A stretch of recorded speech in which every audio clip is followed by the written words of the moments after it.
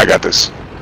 But we can definitely scare the living crap out of him and put a shot into his tracks, angling his arm while he blows off the other track. Or not.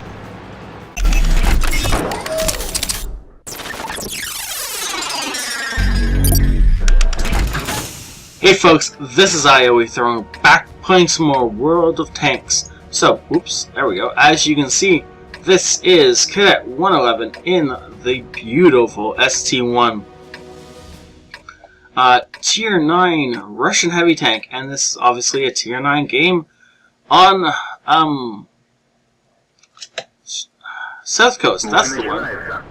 For some reason I kept wanting to say Serene Coast, and my mind's going, no, that's not right at all. South Coast, Serene Coast, same difference, right?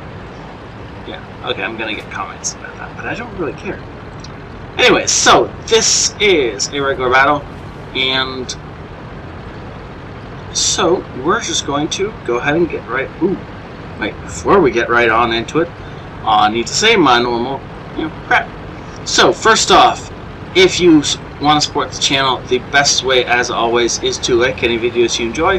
And if you want the channel to grow, then the best way to do that is to share it with all your friends. And by that, I mean, tell them about it, tell them to come watch the awesomeness here, and you send in replays so they can watch your awesomeness here, right? Okay, this is an interesting place to side scrape as we get into the actual game. I've never actually seen somebody park here for side scraping, but I can understand the benefits of it. Ooh, straight through the front of this IS, come on. No. Now, I'm hoping that was a replay glitch where it zoomed out and that Cadet wasn't actually zooming out as he went to take that shot, because the farther out you zoom, the less likely it is you're going to hit a shot. So, obviously you don't want to zoom out until after you've taken the shot. There he is, checking to make sure he has the angles right, so that he is hulled down and nobody can see anything vital. Come on, Mr. I-6. There's nothing bad waiting for you over here. Just come on, mosey around that corner. Show us that side. Nope. Oh yeah.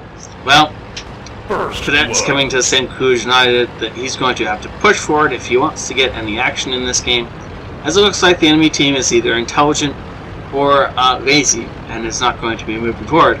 Enemy Tiger going down without too much of a fight, and he got killed by a T-71. That's going to piss him off, and for that I'm eternally happy.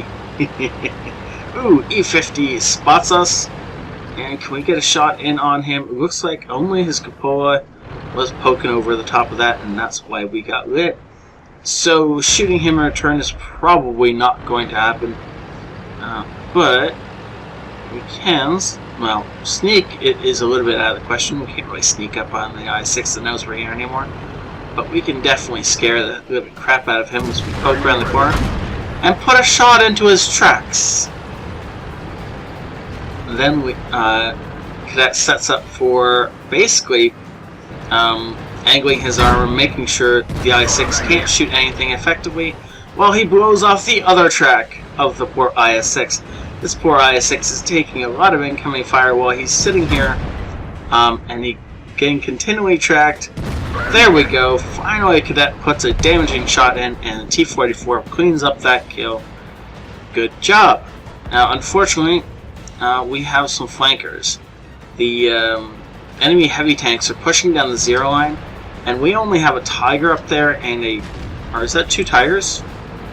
Yes, we have two Tigers up there. One of which his stats say is really good, and one of which whose stats say he's probably new to this game. So, probably can't rely on that side too heavily against three enemy heavy tanks.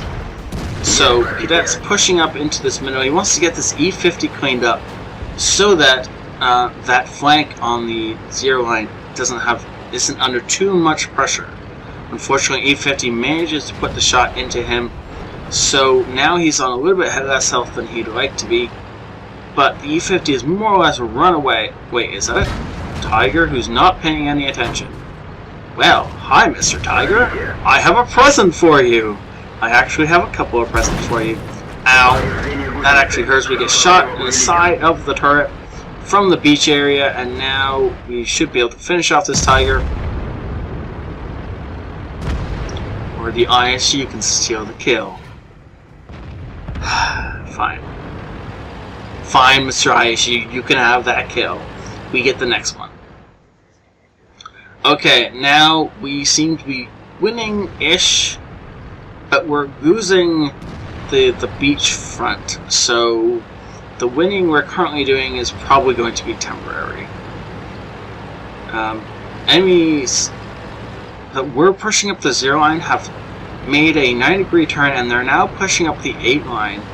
So the 0 line are probably okay, but I wouldn't want to be on the 8 line right now. Fortunately, E75 misses his shell, and I believe we have a faster reload than he does, but I can't really remember who he's stock. So he probably has the little gun. Ooh, really? You managed to bounce. Of course, he is bouncing all the return fire, and this E75 is apparently deciding he does not want to angle his armor. So, okay, I guess we'll take that. We are putting all the shots, wow, me and talking today. I was about to say we're putting all the shots into the sky, meaning that, trying to say that we're bouncing all the shots into the sky, but of course me and words have a disagreement today where, apparently I can't use any of them, Ooh, look at that. T-29. Yeah, it's dead T-29. Good job.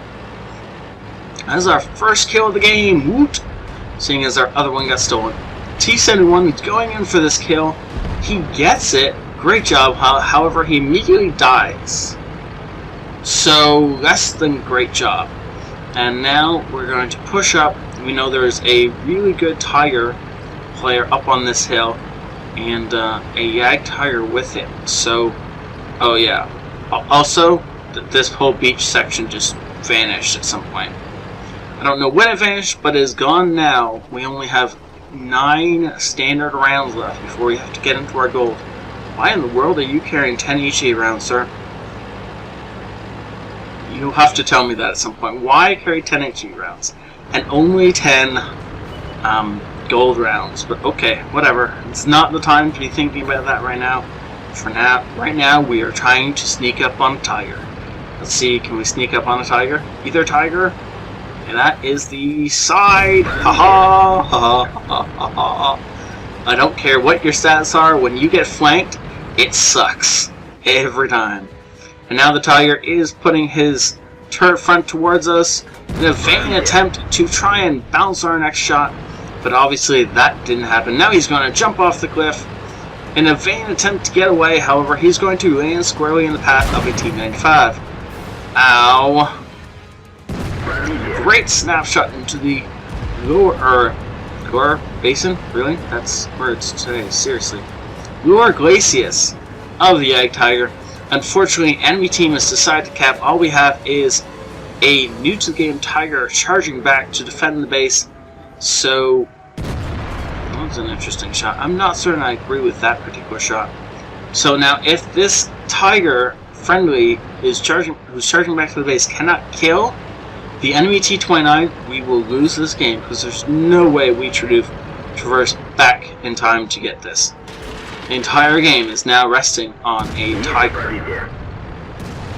And in the meantime, the rest of us are going to keep killing this Yag Tiger because why not? Ooh, wow, Tortoise backing this guy up.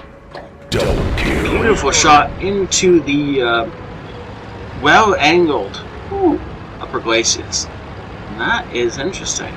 So that's where the Tortoise is. And the T-37 apparently moved. Look at that.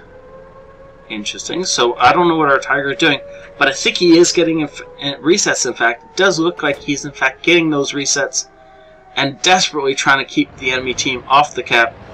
knowing now where the tortoise is, we can jump this ridge and have some fun. Really? Oh, that was a shot aimed at the base. I don't know if that could have possibly connected, but it was an interesting attempt anyway.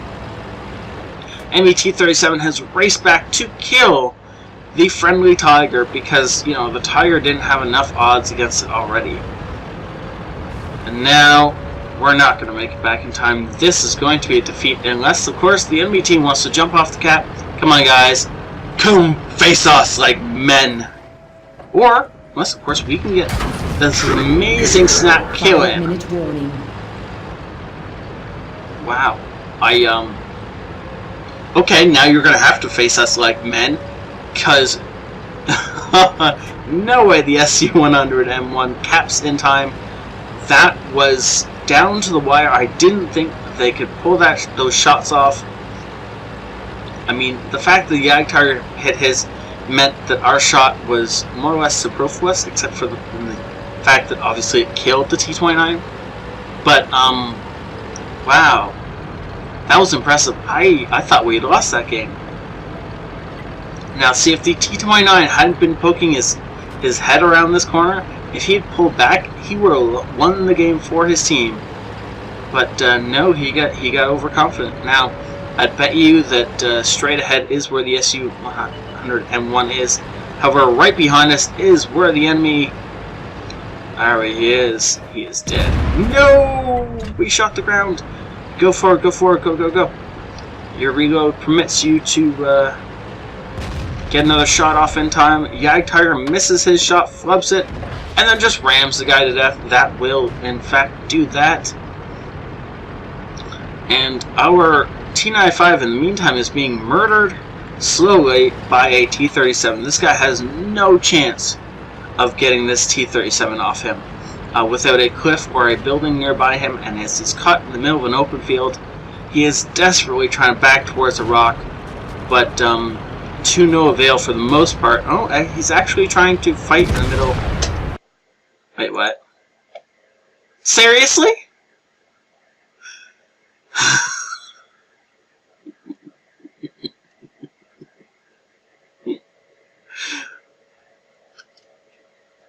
Just friendly team just didn't want us to get all that many kills this game, apparently. 2,400 experience without premium. His daily double, however. Master badge, first class, shell-proof, richly deserved, fire for effect, and of course the steel wall to go with that, and high caliber, because why not? Now, you'll notice by the time we get to the end just how much he deserves this steel wall. But for now, let's go through this thing in the order that I always do. 4,000 damage over 3 kills. Now, that should have been at least 5 kills, maybe as much as 6 kills. But the enemies seem to collude with our friendlies to make sure that they were never the cadet wasn't going to get his top gun for this game. Oh well, that's okay. It's just how the cookie crumbles sometimes, right? Now, I do want to say props to the enemy T-37 player. He tried his best to carry this game, and as a scout tank driver, I understand how painful and how hard it is to carry a game in a light tank. And he almost succeeded, however, just a little bit shy at the end there. If he'd been with his team just a few, like 30 seconds earlier, and he jumped on the cap as well, then his team would have won this game. But, oh well, so close, and still a fail. There we go, look at that. 5,000 damage, nearly blocked by armor, and 4,200 damage dealt. Which means that, oh, and then of course some spine damage. Because, you know, this obviously wasn't enough before. So this and this actually got him his heavy tank mission. The 15th heavy tank mission was actually fulfilled in this game. And that makes it extra awesome. Thank you so much, Cadet, for saying this in. This was such a joy to watch, and kind of shocking there at the end. Have a great night, all. This is ioEther out. Hey folks, this is ioEther, and we're back with some more World Tanks. Side scraping. How to counter a player who's side scraping. So the E100 is trying to side scrape. And you can see, let's see where. Ronick is actually firing at the engine deck of the enemy tank. And, well, that makes sense, because Ronick's gun is actually higher up than the enemy tank's engine deck, so he can aim down. And if he concentrates right, and if he, T-57, really? How did you miss that shot on the T-57? Really? That was like a free shot. So the enemy E100 is getting really pissed that Ronick can somehow penetrate him without being, without exposing enough of his tank so that this guy can kill Ronick. So Ronick's, again, gonna shoot for the engine deck,